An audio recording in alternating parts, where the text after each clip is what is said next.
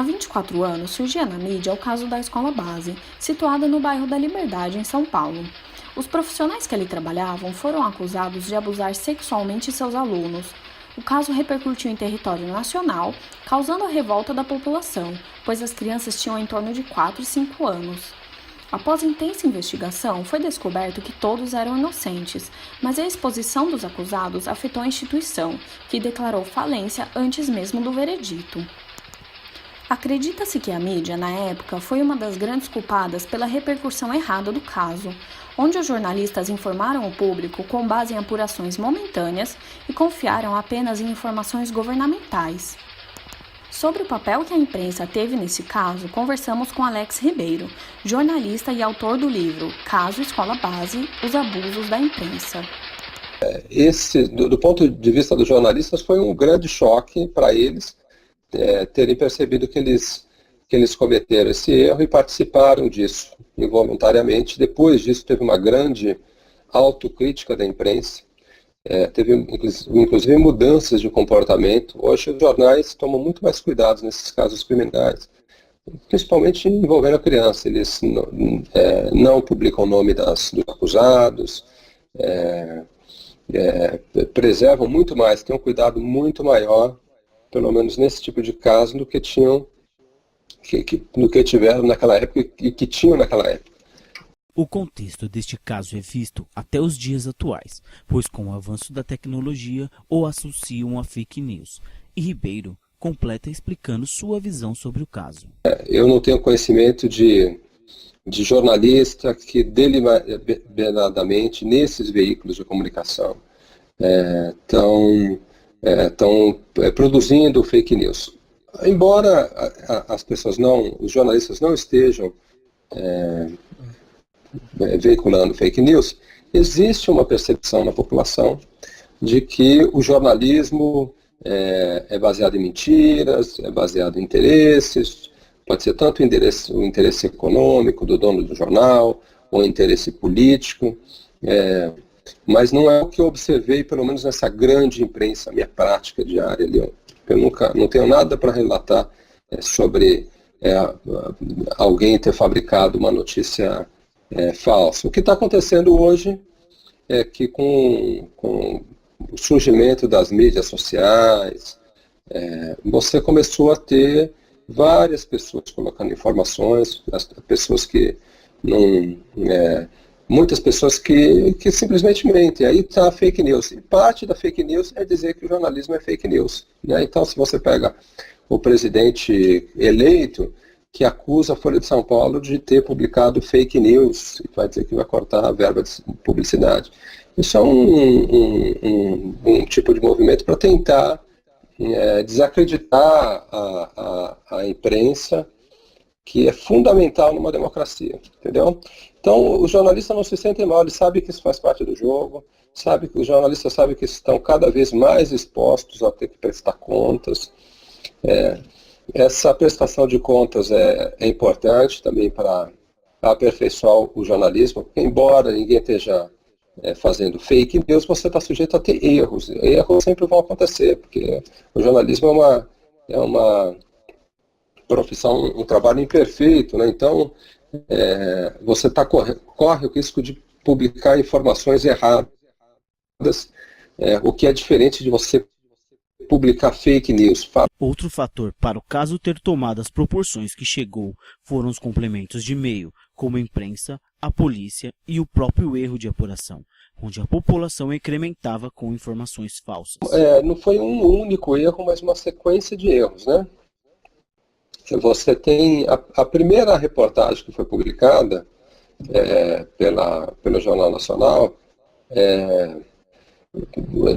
existia a justificativa para publicar aquela primeira reportagem, porque de fato tinha uma acusação registrada na delegacia, e naquele momento vinha um telex que dizia que era um telex muito sumário, que dizia que tinha havido um abuso sexual naquela escola. Então essa primeira notícia é justificável, mas depois que sai a primeira notícia, a imprensa começou a entrar num processo de vale tudo, que é muito comum em coberturas competitivas, que várias pessoas estão atrás da mesma informação e você tem uma competição predatória para trazer as informações. Então, naquele momento, eles começaram boa parte da imprensa ficou do lado de fora da delegacia, na sala de espera do delegado, para pegar informações, e o delegado era um delegado que queria aparecer, gostava de aparecer, e ele simplesmente passou informações falsas, né? Então, esse primeiro erro é você se apoiar muito em fontes oficiais, exclusivamente em fontes oficiais para construir, para fazer seu trabalho de reportagem. Outro erro muito comum foi ter informações em off sem checar com mais de uma fonte. Então, ao longo desse processo todo, teve várias informações em off que foram passadas por jornalistas que simplesmente eram falsas, né? Aí as fontes ali, ou porque eram policiais que queriam aparecer e mostrar serviço, ou eram pessoas da comunidade ali que tinham sido afetadas pela denúncia, pais, vizinhos, que queriam fazer, que eram justiceiros que tinham condenado antecipadamente todas as pessoas ali da escolinha e tal. Então, e aí, nesse caso, faltou checar a informação. Você não publica off sem checar. Então, essas duas regras muito básicas, acho que são o principal. Você tem que ter uma diversidade de fontes, não só fonte oficial, que é muito conveniente, e você tem que ter também uma checagem rigorosa de informação em off. Ao longo do caso, teve muitos episódios que o delegado avançou nas conclusões que era possível, o que ele podia fazer, exagerou, mentiu, mas nesse caso, eu acho que o que você citou em particular, acho que tem a ver mais com a precariedade da apuração policial no Brasil, né? Então, a gente está acostumado a ver esses seriados americanos, onde o cara vai lá, teve o crime, tem toda aquela cena do crime, ele coleta e tal. E no Brasil a investigação é muito mais precária, né? Você não tem cuidados, um monte de cuidados, a polícia não está preparada para investigar. Você vê um número de crimes de homicídio que não são investigados, é uma coisa enorme, né? Você não tem trabalho policial nenhum. Então a polícia estava simplesmente despreparada para lidar com um caso como aquele lá. As pessoas simplesmente não sabiam que tinham que ter, provavelmente, um psicólogo, os cuidados que tinham que ter para lidar com um caso como esse daí. O advogado José Caetano complementa falando sobre como a investigação deveria ter sido realizada. O problema aqui, nós estamos falando sobre acusação e acusado. E essas crianças? Quanto tempo mais essas crianças passaram imbuídas ali de toda a inocência que elas possuem, mas por causa dessa notícia elas foram tiradas do seu conforto, tiradas do seu habitat natural, de toda a situação que havia. Por quê? Porque tão simplesmente ninguém olhou, o delegado errou, não deveria ter agido dessa maneira, porque não assegurou isso aos acusados. E aí evitaria todo o assédio, evitaria o pré-julgamento que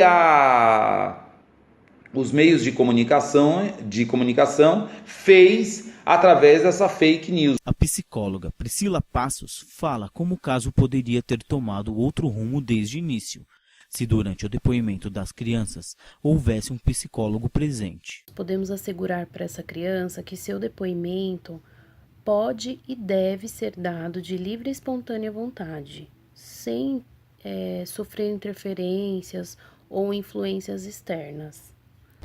O caso Escola Base serve como reflexão para o momento em que vivemos, onde a ansiedade pela divulgação imediata das notícias nos faz muitas vezes publicarmos uma história sem apuração. Isso nos mostra que agora, mais do que nunca, a mídia íntegra deve se fazer presente para que a população não viva em dúvida sobre o que acreditar por conta das fake news.